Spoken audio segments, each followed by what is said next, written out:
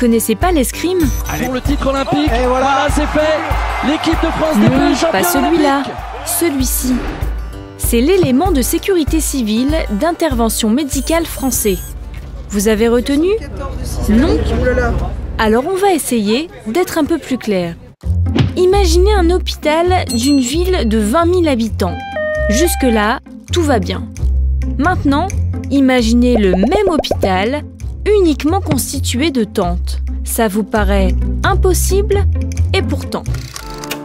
Mexico, 1985. Un séisme de magnitude 8,2 vient de frapper la ville. 10 000 morts, 30 000 blessés.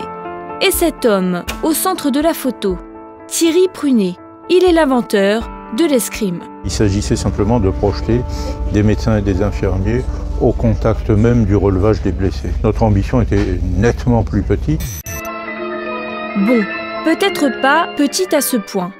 L'escrime peut vraiment s'adapter à toute situation de crise. Là où elle est projetée, elle se suffit elle-même. Et elle s'est suffit à elle-même, sur de nombreux terrains. D'abord à Mexico, puis en Arménie, à Madagascar, en Iran, au Congo ou encore en Turquie. En tout, l'escrime aura été projeté sur une quinzaine de missions différentes, allant de la catastrophe naturelle aux guerres civiles. C'est dans ce lieu, relativement épargné par les tirs et les obus pendant la guerre, que les Français décident d'installer leur structure mobile. En tout et pour tout, 30 ans de mission qui auront permis d'arriver aujourd'hui à une version totalement nouvelle de l'escrime, appelée, sans surprise, l'escrime 2. Mais alors, l'escrime 2, qu'est-ce que c'est et qu'est-ce qui change? C'est sans aucun doute beaucoup plus grand et beaucoup plus élaboré. Et pour cause, au retour de chaque mission, les personnels travaillent sur l'évolution et l'amélioration de l'hôpital. Ce qui donne aujourd'hui ça, 1500 mètres carrés de tente. Vous voyez, on est bien loin de la nouvelle tente instantanée. 40 tonnes de matériel, une capacité d'accueil de 80 patients, 75 personnels médicaux et logisticiens, une douzaine d'heures maximum pour tout installer, un campement effectif pour 2 à 8 semaines. Les procédures, les matériels, les protocoles utilisés dans tous les secteurs de l'hôpital sont exactement les mêmes que dans un hôpital d'infrastructure en France. La différence, c'est qu'effectivement, nous sommes sous tente et il faut avoir une certaine adaptation au contexte environnemental. En bref, un véritable hôpital aux standards occidentaux, labellisé Emergency Medical Team par l'Union européenne, totalement modulaire et projetable dès les premières heures de crise.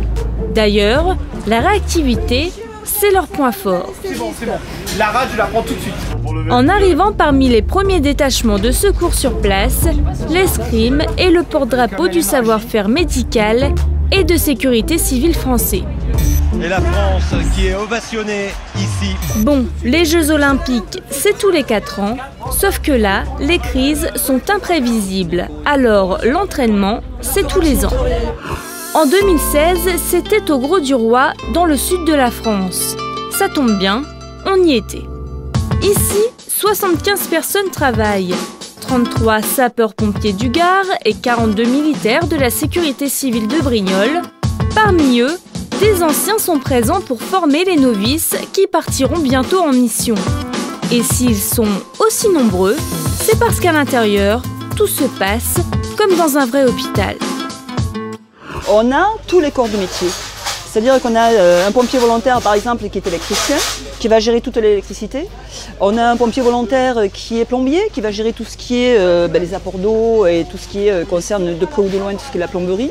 Et chacun amène sa pierre à l'édifice. Donc c'est vraiment le plus que nous amènent les pompiers volontaires. Le dispositif est séparé en 3 parties. D'un côté, le détachement de commandement et logistique. De l'autre, le DAMO, le détachement d'appui médical et d'hospitalisation. Pour finir, le DAC, le détachement d'appui chirurgical. Cette partie est le point d'entrée unique des patients dans l'escrime, c'est la zone d'accueil et de triage qui comprend 2 postes. Ici, les médecins et les infirmiers font l'évaluation initiale des patients et les orientent ensuite dans les différents secteurs de l'hôpital en fonction de la pathologie présentée. À côté, la zone ambulatoire et de consultation pour les blessures les plus légères. Et si l'état du patient est plus grave, l'hôpital dispose d'une salle de déchoc pour les urgences vitales située stratégiquement juste à côté de l'entrée. L'aile gauche de l'escrime est consacrée à l'hospitalisation. Le plateau technique est divisé en plusieurs zones.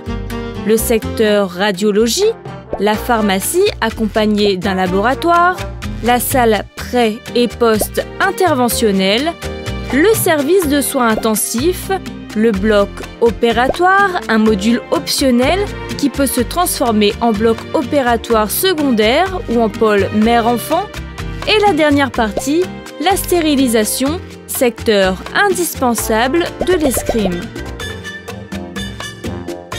Alors elle a eu 2 volumens, augmentin de grammes, un perfalgan, elle est titrée en morphine, elle a plus mal. Tous ces équipements pour une surface à peine plus petite que celle d'un terrain de football, avec toujours la possibilité de s'adapter à la situation.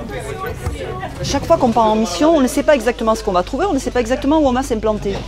Donc, vous avez vu que les toiles sont modulables, on peut les adapter de différentes façons, on peut les organiser de différentes façons. Si on doit monter dans un mouchoir de poche, parce qu'on n'a pas d'autre possibilité que de monter dans un mouchoir de poche, eh bien on s'adaptera et on montera dans un mouchoir de poche.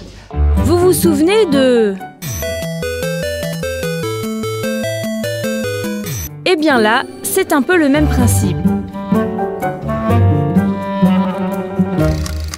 En plus d'être modulaire, l'escrime est totalement autonome sur le terrain.